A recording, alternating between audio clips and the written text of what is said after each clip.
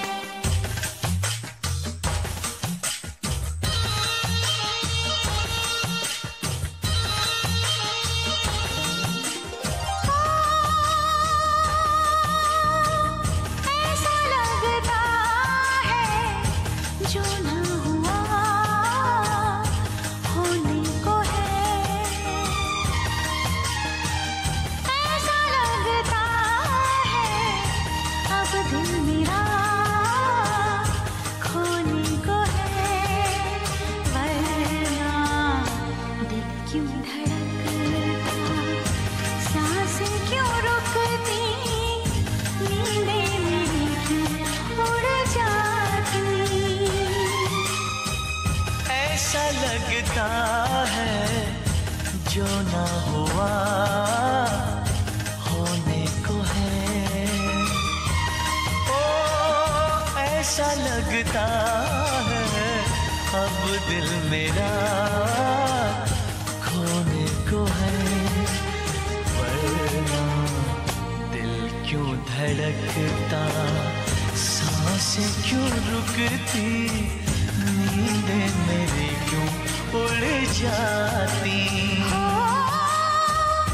ऐसा लगता है जो ना हुआ होने को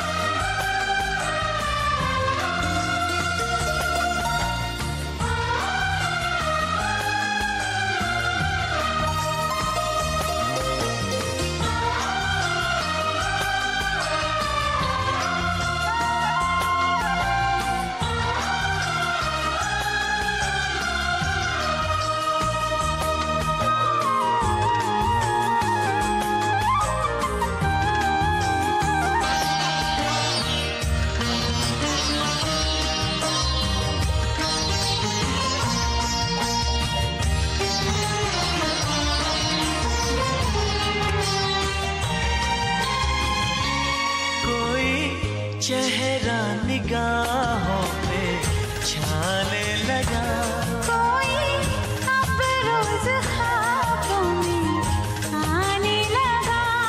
आई रुत जो नई जागे अरमा गई, मौसम कोई गजल जैसे गाने लगा। ओ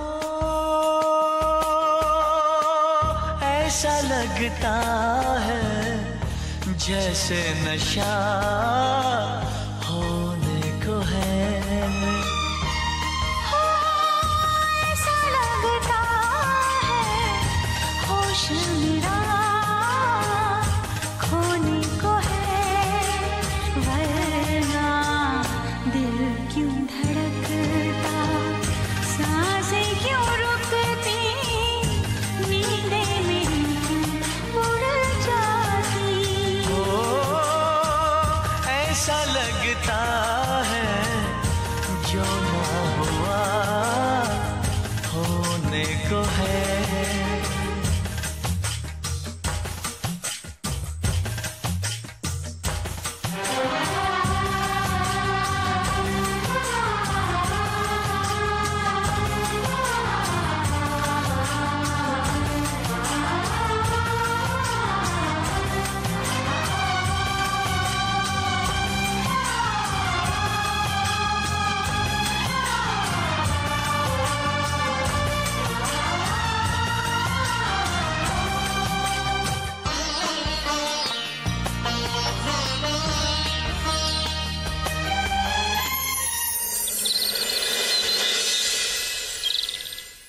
কালু লালন গা শুদ্ধু লোকের সামনে ফের মোর গায়ে হাত তো তুললো, আর তুই চুপচাপ দাঁড়ায় দাঁড়ায় দেখলি, কিচ্ছু কর লিখলাই। কি করতাম, কি বলতাম, কি বলতাম? গা শুদ্ধ সবার সামনে তুই মোর মাথাটা হেট করিয়ে দিয়েছিস, মোর মান সম্মানটা একবারে ডুবাইয়া দিয়েছিস। কি করতাম মু, কি করতাম, পূজা করতাম তোকে? একটা কাজ তো ঠিক মতো করতে পারিস নাই, তাহলে চেষ্টা তো করিস কেন? সব কাজটাতে একবারে জল ঢেলে দিলি, যখন নিজে নিজে পারিস না আমার সঙ্গে আলোচনাটা তো করবি, সেটাও করিস নাই, সব ধন্ডুল করে দিলি তুই। অপদস্থ ছেলে একটা। মা,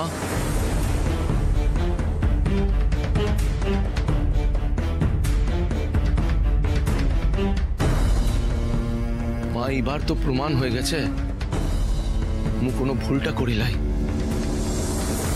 মা, তুই মোর উপর রাগ করে লাই তো?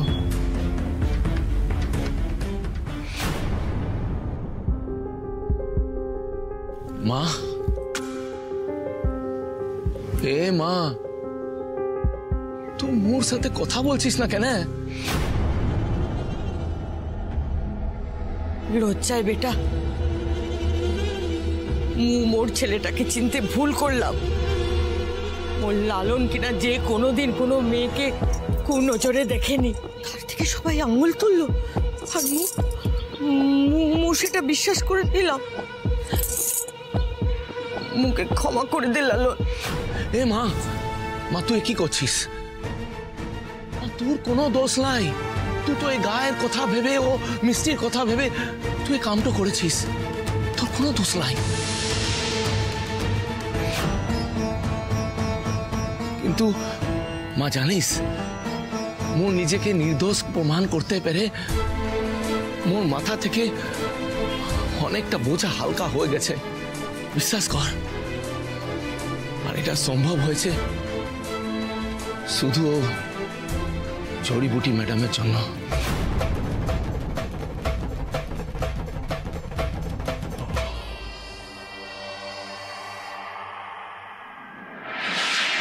খোকন, তুই বারবার মুখে কেন লিচু দেখাতে চাস?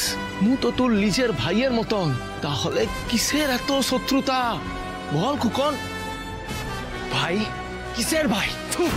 আরে ভাই মানে জানিস তুই মুখে গায়ে সারা জীবন লিচু দেখাতে চাস, আর দেখাতে চাস নিজেই সবকিছু। মু তো বানের জলে ভেসে এসছি, ভেসে এসছিলি তুই। হ্যাঁ, মোর মা যদি তোকে আগলায় না রাখতো, এই গায়ে তুই ফ্যাঠা করে ঘুরে বেড়াতিস, তোকে কেউ পুছতো না। দয়া করেছি মা তোকে, দয়া, তাই সারা জীবন মাথাটা লিচু করে থাকবি। খোকন,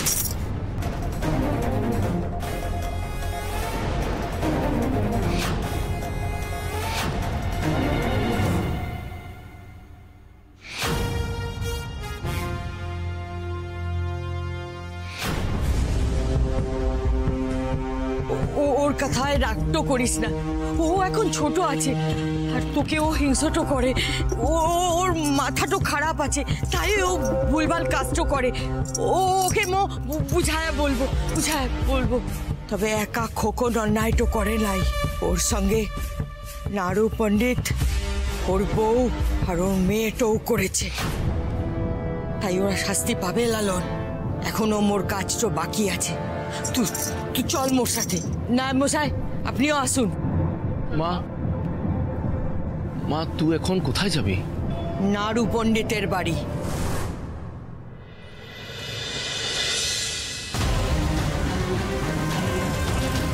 সেটা গিয়ে আমাদের দেখতে হবে, দেখতে গিয়ে এক মিনিট ডাক্তারবাবু।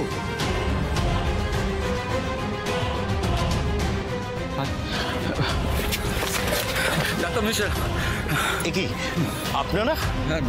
ডক্টর মিশ্র, আমরা অনেক কষ্টে ডালিকে খুঁজতে খুঁজতে আপনার কাছে শেষ পর্যন্ত এসে পৌঁছেছি। হ্যাঁ ডাক্তারবাবু, আপনি প্লিজ বলুন যে ডালি দেববর্মনকে আমরা কোথায় পাবো? ডাক্তারবাবু হাত জোর করছি, আপনি প্লিজ আমাদের থেকে কিচ্ছু লুকোবেন না। আমরা জানি যে আপনি মিমির খোঁজ রাখেন, দয়া করে আমাদের একটু বলুন যে মিমি কোথায় আছে, মিমির সাথে কি হয়েছে, আর মিমিকে কিভাবে পাবো। দাঁড়া, আমি কথা বলছি। ডাক্তারবাবু দেখুন, আমরা কিন্তু কোনো ডালির শত্রু নই। আমরা মালবিকা আমার স্ত্রী, জানেন তো, ওর মতো লোভী, পাপী বা খুনি কোনোটাই নই। আমরা ডালিকে ভালোবাসি। দেখুন, আমরা চাই যে ডালি আর রক্তিম ডালি, রক্তিম, ওর সন্তান সবাই যাতে সুখে থাকে, সুস্থভাবে থাকে। ওরা সুস্থ থাকলে এর থেকে বেশি আনন্দ আমাদের আর কিসে হতে পারে বলুন তো? সুতরাং আপনি প্লিজ বলুন যে মিমি কোথায় আর মিমির সন্তান। প্লিজ বলুন। ডালি বেঁচে আছে।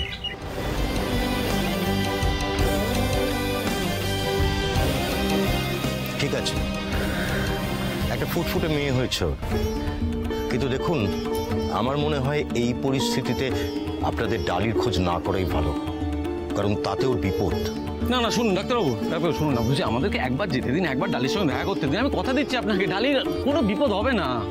ডাক্তারবাবু শুনুন না, আপনাকে আপনাকে আপনাকে হাত জোর করে আমরা কথা দিচ্ছি, আমরা মিমিকে আগলে রাখবো, মিমির কিচ্ছু হবে না, কোনো বিপদ হবে না ডাক্তারবাবু। হ্যাঁ ডাক্তারবাবু প্লিজ আপনি বলুন যে মিমির সাথে আমরা কি করে যোগাযোগ করতে পারবো প্লিজ। দেখো আমি জায়গার নাম বলতে পারবো না, ডালি বারণ করেছে।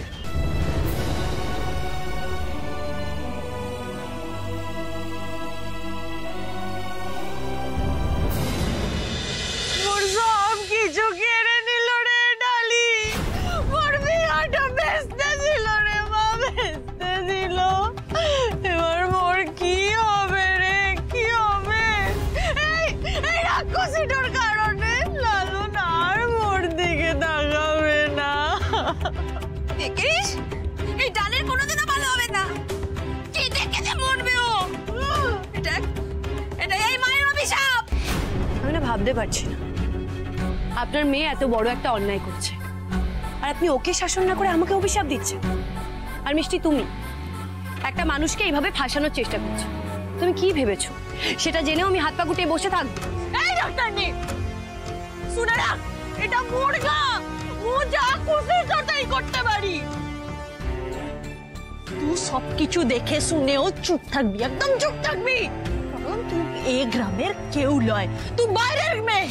মুদের ঘরটাতে থাকছিস, মুদের ঘরে চেপে বসে খাচ্ছিস, আবার মুদের নামেই গ্রামের লোকের কাছে বদনামটা করছিস। হ্যাঁ বদ মেয়ে ছেলে কোথাকার, তোদের মতো মেয়েদের কি বলে জানিস? মুখ খারাপ রে, মুখ সামলে কথা বলো মিষ্টি। তুই মুখ সামলে কথা বল, না হলে তোর এই মুখটা না আমি মেরে করে ভেঙে দেব। কিছু করতে পারবে না, তুমি কিচ্ছু করতে পারবে না। একটা কথা না কান খুলে শুনে রাখো, এই ডালি কারোর হুমকিতে ভয় পায় না আর অন্যায় সহ্য করে না। সে আমার যতই প্রিয়জন হোক না কেন, ভুল করলে তাকে শাস্তি পেতে হবে। শাস্তি? তুই আমাকে শাস্তি দিবি? দে দে দে, কি শাস্তি দিবি? দে। শাস্তি দেবে জগৎ মা।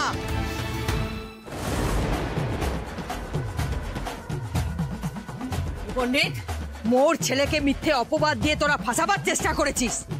তোর খবর আছে নারায়ণ পণ্ডিত, তোকে, তোর বউকে, তোর মেয়েকে ঘাড় ধাক্কা দিয়ে গাঁও থেকে এখনো বের করে দিইনি। তোর কপালটা ভালো আছে।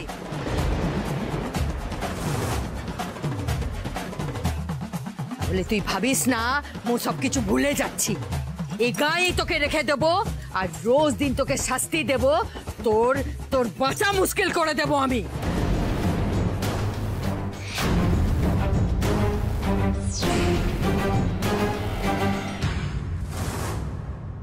তবে এইটুকু বলতে পারি যে কলকাতা থেকে অনেক দূরে থাকে, যেখানে ডালির অতীত কেউ জানে না। সেখানে দিব্যি ভালো আছে।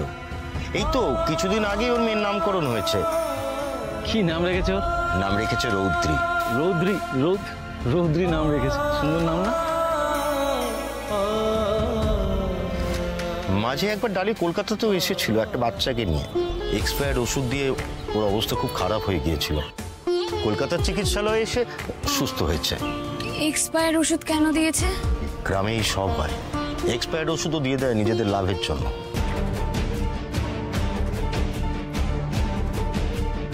যাকে যে কথা বলছিলাম, আপনারা ডালির খোঁজ করলে কিন্তু ওর বিপদ বাড়বে। আপনারা যদি ওকে সত্যিই ভালোবাসেন তাহলে এই প্রার্থনা করুন যেন ও যেখানেই থাকে ওর সন্তানকে নিয়ে সুস্থ থাকে।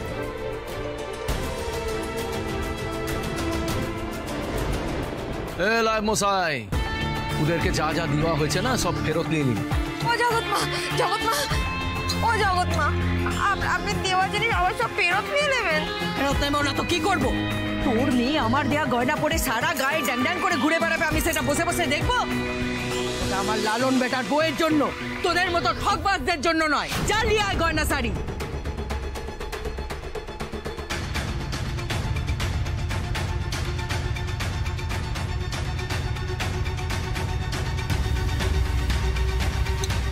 এই যে মা, জিনিস তো ফেরত পাওয়া গেল, এবার তোদের শাস্তি তো দেবার পালা।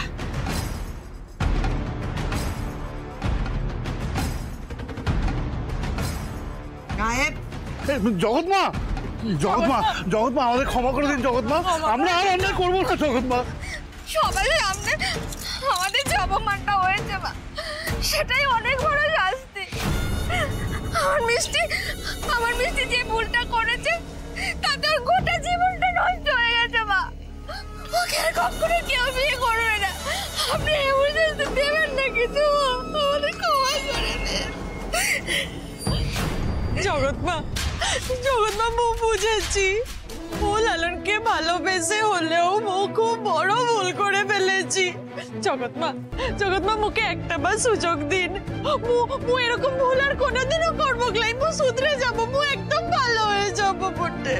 জগৎমা, ওনারা যখন এতবার বলছে তাহলে আমার মনে হয় ওনাদের একটা সুযোগ দেওয়া উচিত।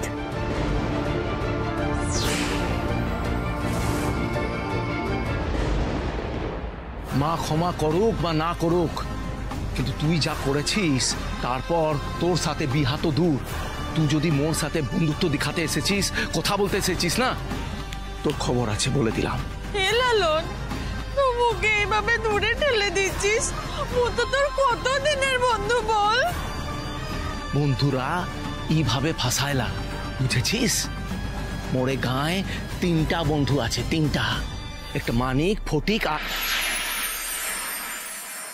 ऐसा लगता है अब दिल मेरा खोने को है, वरना दिल क्यों धड़कता, सांसें क्यों रुकती, नींदें मेरी क्यों उड़ जाती।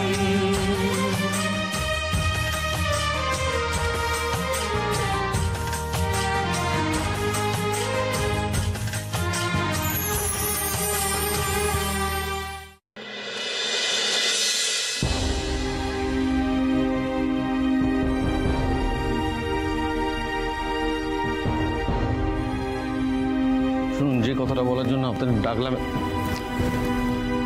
যে আমাদের ডক্টর মিশ্রর সঙ্গে দেখা হয়েছিল, ওনার থেকে জানতে পারলাম যে ডালি এখন কোনো গ্রামে থাকে, কিন্তু সেই গ্রামটা শহর থেকে অনেকটাই দূরে। আর ওই গ্রামের নামটা না উনি কিছুতেই জানালেন না, বললেন নাকি মিমি বারণ করেছে। হ্যাঁ, আর এটাও বলেছিলেন যে মিমি নাকি কলকাতা এসেছিল। কলকাতা? তাহলে আর্য কোনোভাবে দেখে নেয়নি তো?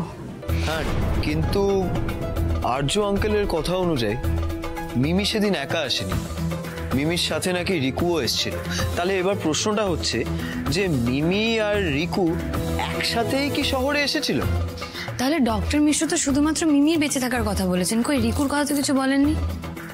কিন্তু ওরা কি জন্যে, কি কারণে এসেছিল সেটা কি জানা গেছে? হ্যাঁ, বললেন যে মিমি একটা বাচ্চাকে নিয়ে কলকাতা এসেছিল, যার এক্সপায়ার্ড ওষুধ খেয়ে অবস্থা খুবই খারাপ হয়ে গেছিল।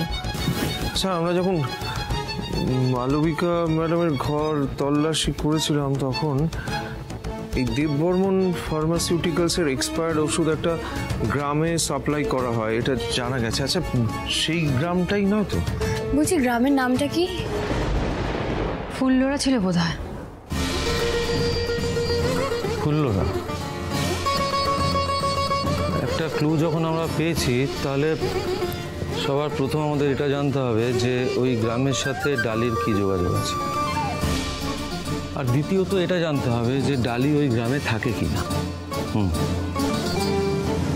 আর তারপর আমাদের সুযোগ বুঝে ওই গ্রামে একবার যেতেই হবে।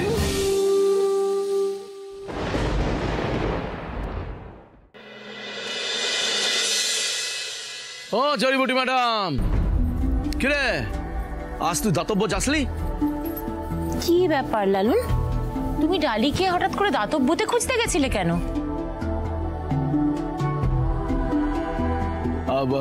মু আসলে সোহিনী সোহিনী সোহিনীর কাছে এসেছি, একটু কথা বলা ছিল ওর ব্যাপারে। কি কথা? কথা হলো এই সোহিনীকে নিয়ে মোরা বড় ডাক্তারের কাছে বড় শহরে যাব, ওকে চিকিৎসা করাবো। বল তুই রাজি আছিস তো? হ্যাঁ, এখানে কোন সাহস এখানে আসছে?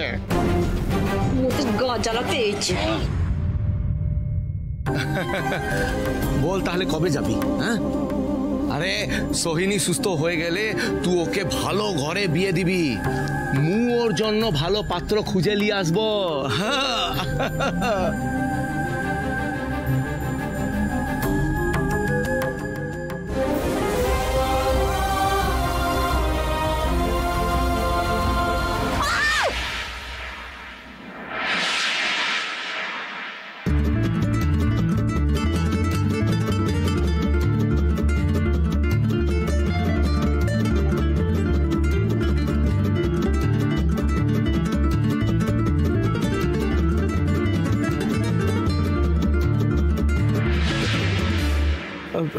তুই ঠিক আছিস তো?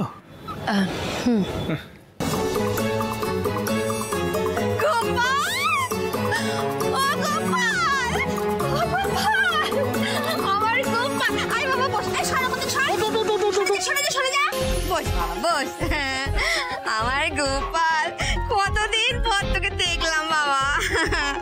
বাবা বাইরে ভালো করে খাওয়া দাওয়া করতে তো, শরীরটাই ভালো আছে। কোথায় ভালো দেখছো না? আমার গোপাল কেমন শুকিয়ে গেছে, মুখ চোখ পুরো শুকিয়ে গেছে, তো কত রোগা হয়ে গেছে আমার ছেলেটা।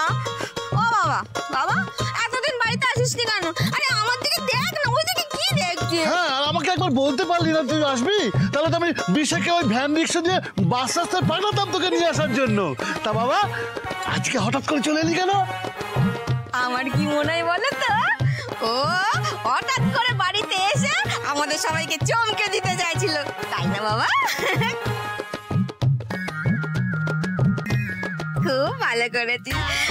সত্যি কথা বলতে কি, এতদিন পর তোকে দেখে আমার মনটা খুব ভালো হয়ে গেল। বাবা গোপাল সোনা, শোনা গোপাল, গোপাল শোনা। গোপাল এইভাবে ড্যাব ড্যাব করে তাকায় তাকায় কি দিচ্ছে? ঝাড়ছিস কেনে? হলুদ রংটা তোর উপর খুব সুন্দর লাগছে রে।